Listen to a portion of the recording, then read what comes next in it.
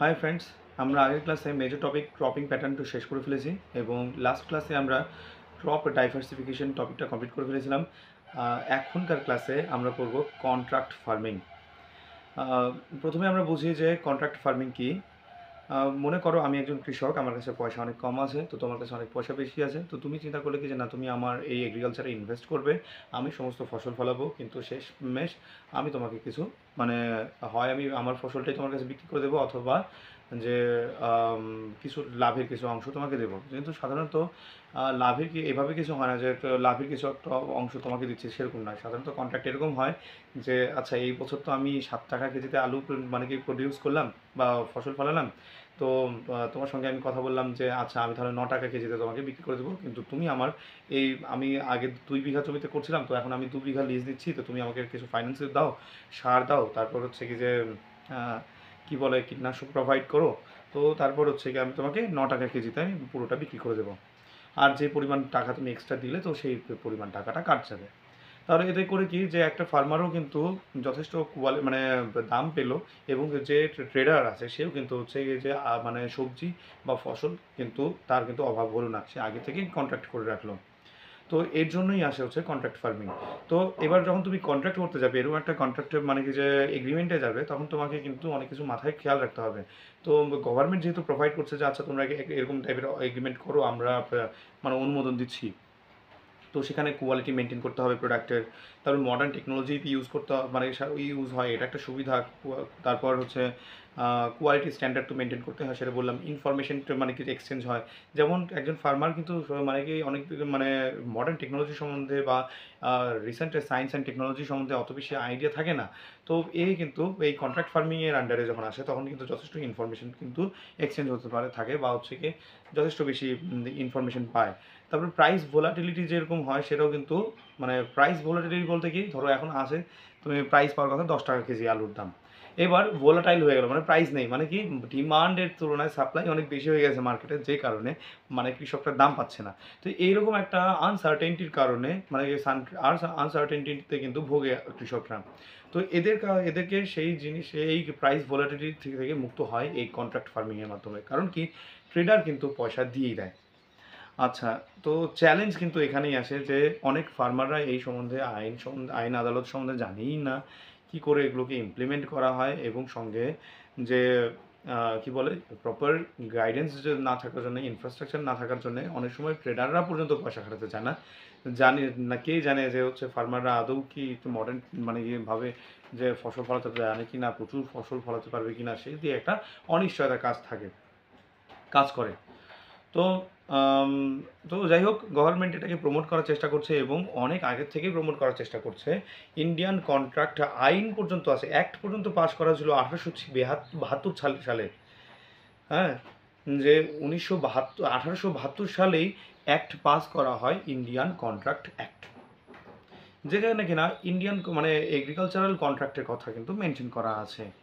এবং এই কন্ট্রাক্ট অনুযায়ী যে এগ্রিকালচারাল প্রডিউস মার্কেটিং কমিটি মানে বসে রেজিস্ট্রেশনের জন্য। যদি কোনো কন্ট্রাক্ট করতে হয়, এগ্রিমেন্টে আসতে হয়, তবে তাদেরকে একটা রেজিস্ট্রেশন নিতে হতো কোথা থেকে, এগ্রিকালচারাল প্রডিউস মার্কেটিং কমিটির কাছ থেকে। ঠিক আছে, আচ্ছা, এবার কি সেখানে কিন্তু আবার লিমিট করা ছিল যে কন্ট্রাক্ট করতে গেলে যে মানে সেটার কী কী প্রবলেম আছে আগে আমরা দেখি।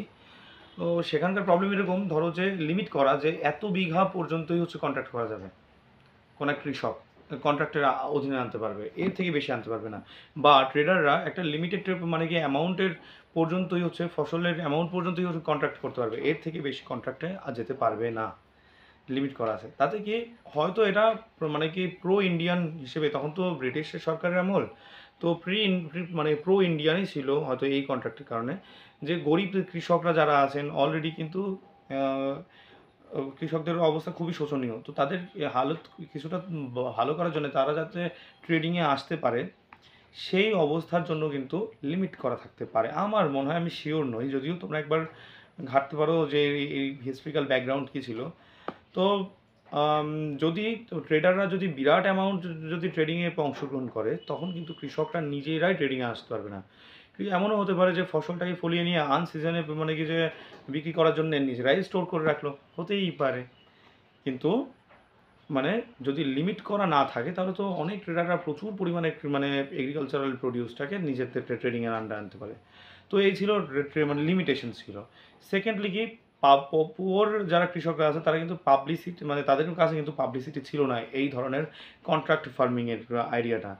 এখনই অনেক মানুষরা শুনিনি, আমি শুনিনি, এই আমি রিসেন্ট আমি এইসব পড়াশোনা করছি বলে তাই আমি জানলাম। তো তখন 1872 সালে তখনকার কৃষকরা কী করে জানবে, এটাও স্বাভাবিক ব্যাপার।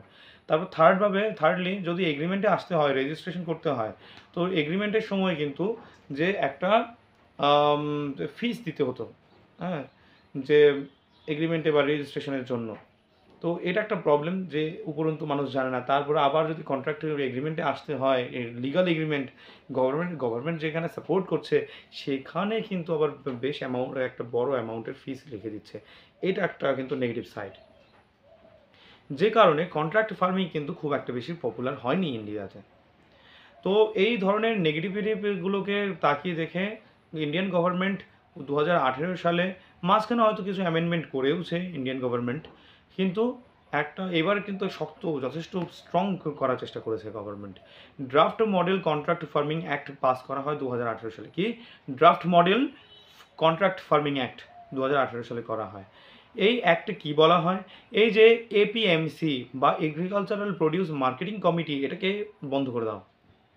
হ্যাঁ, মানে কি স্টেটের, মানে এটা কিন্তু আবার স্টেটের আন্ডারে ছিল।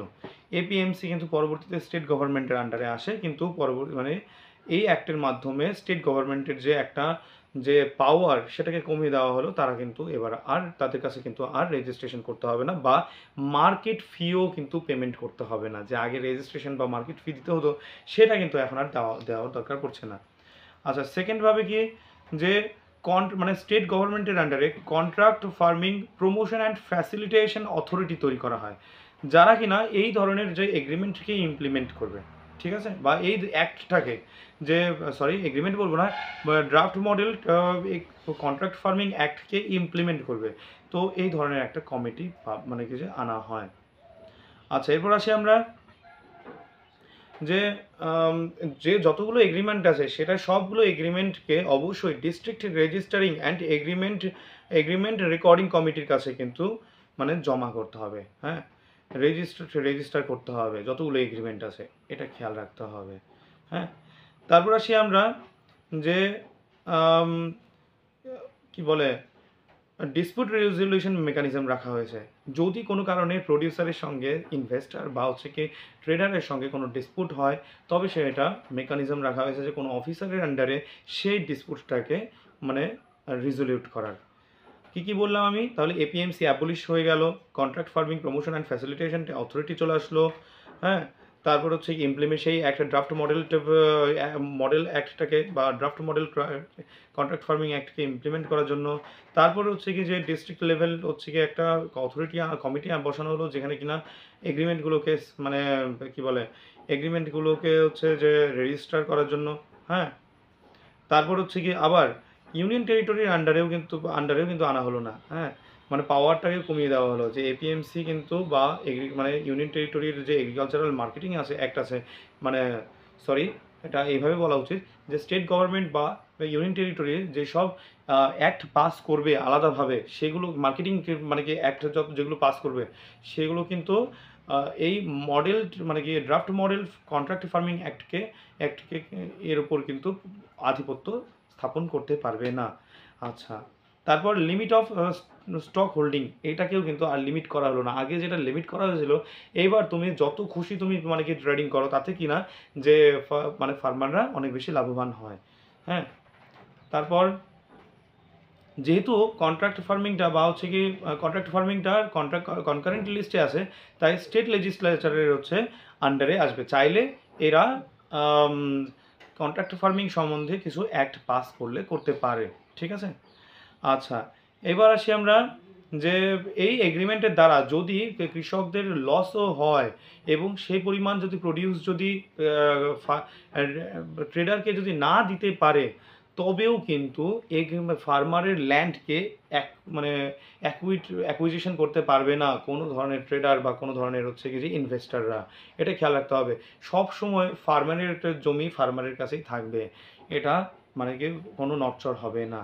তো এই ছিল draft model contract farming act 2018, ঠিক আছে। তো নেক্সট ক্লাসে আমরা আরও একটা অ্যাক্ট পড়বো, এটারই নিউ ভার্সন বলা যেতে পারে, বা আরও নতুন অ্যাক্ট পড়বো আমরা, ঠিক আছে। তো আজ এই পর্যন্তই থাক।